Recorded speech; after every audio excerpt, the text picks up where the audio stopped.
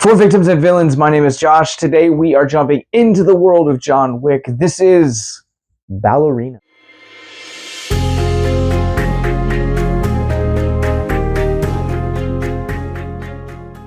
Ballerina is a spin-off from the world of John Wick that takes the ballerina assassin into the field for the first time. But then she finds herself on a quest for vengeance to take down a cult. First and foremost, Ana de Armas is absolutely incredible in this movie. I really hope that if we are kind of on this trajectory now where we are going to do more John Wick spin-offs or kind of expand the universe past Keanu, then please bring Ana de Armas back. She was absolutely incredible in this movie, and they really did do a good job kind of leaving the door open for possibilities of future installments. So I'm like kind of low-key really hoping that she comes back. But yeah, she just feels like there's a lot more to kind of unpack and explore. In preparation for Ballerina, I went back and rewatched all the first three John Wick movies. And one of the things that I noticed on this rewatch is the fact that you kind of see and we meet John kind of the same way that we meet Eve here. And I would really love to kind of get to see that same journey for Ana over the course of 2 or 3 movies. I think there's enough here and there's enough emotional investment that is the groundwork for her character that could really pay off really well come 2 or 3 movies in, or just even kind of bringing her back in maybe John Wick Chapter 5. I think they're working on that. I love the fact that this film also, at the same time, also retains a lot of that signature stylized action that this franchise has become known for. And not only is it exquisitely shot, I'll talk about the direction in just a second here, but I really do love the visuals that accompany this, especially kind of her first mission. It was such one of the coolest like dance club scenes I think that this franchise has ever seen. Just the way that they used like ice and cold to kind of also have this very fresh stylized fight was just really cool. So Len Wiseman directed this movie, and if you don't know who that name is, he is one of the co-creators and the director of the first 2 Underworld movies. We just recently covered the Underworld series on Abyss Gazing. Go check out those episodes. But he did a really great job here, and I feel like this movie just really kind of plays to his wheelhouse of taking really awesome, badass chicks like Celine and Eve and really making them shoot really awesome action sequences, as I just talked about, but also at the same time giving enough emotion for the audience to really get connected and invested into these characters. I feel like by the time we got into John Wick Chapter 2 and 3, those movies kind of took the emotional element out of what made that first film a damn near masterpiece, and really kind of brought it down to create something really different, which just felt like a real throwback to 80s action movies and just kind of felt like B movies, and they were just really fun. And this movie kind of has the best of both worlds, where it has that emotional core of the first John Wick, but it also does retain a lot of the just killer B movie elements from the second, third, and fourth film as well. And I will stake this claim that this movie has some of the most creative deaths I have seen from this franchise yet.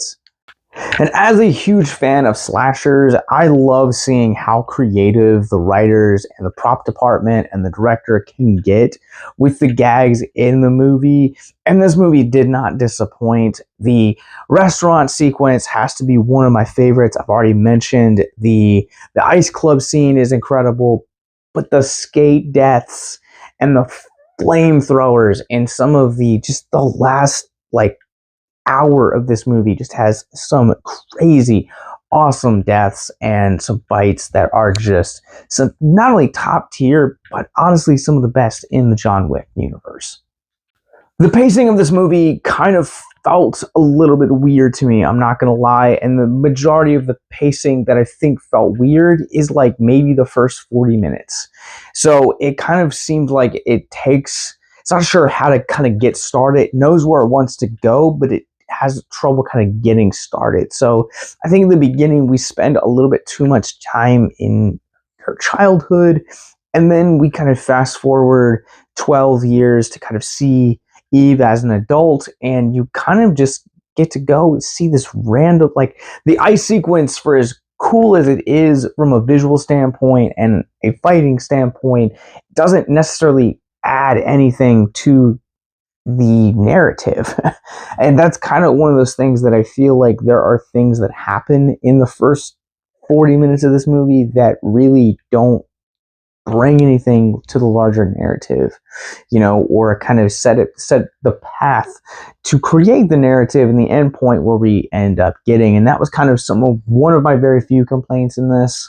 Now, I'm a sucker for a good movie that revolves around a cult. I think the relationship between religion and mental health is a fascinating conversation to not only have. I love the research doing, how, we end up believing the things that we believe, and how people can, what we view as cults, how they can actually end up being somebody's literal entire life. And so I say all of that to say this, is that I love a good cult movie. And so when it's kind of revealed in the movie that she's going to hunt down a cult, I was really interested. Until I wasn't.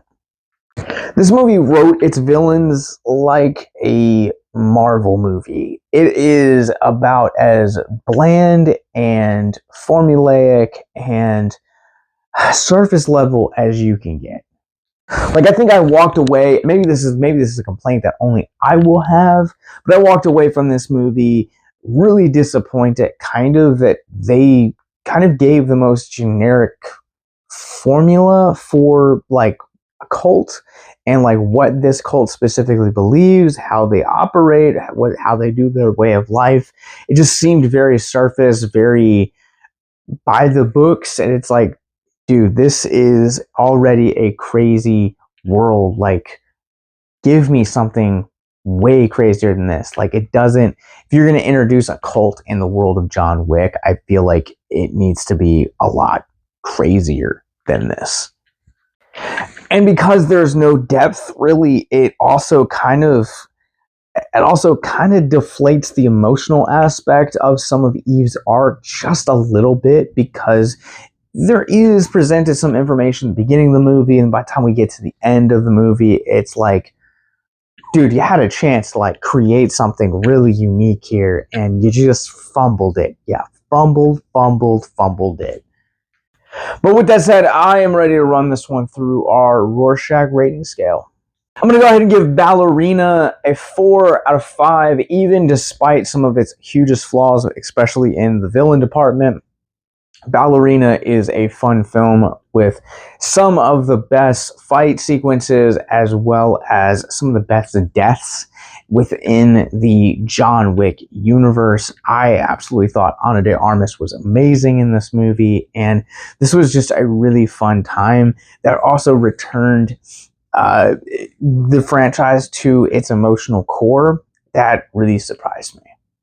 From the world of John Wick, Ballerina. It's now playing in theaters everywhere from Lionsgate Films. You guys will find links in the show notes below to talk about the local listings, as well as our social media, more movie reviews like this, links to our podcast network, and most importantly, links to our mental health resource library. So until next time, remember, keep it classy, keep it spooky.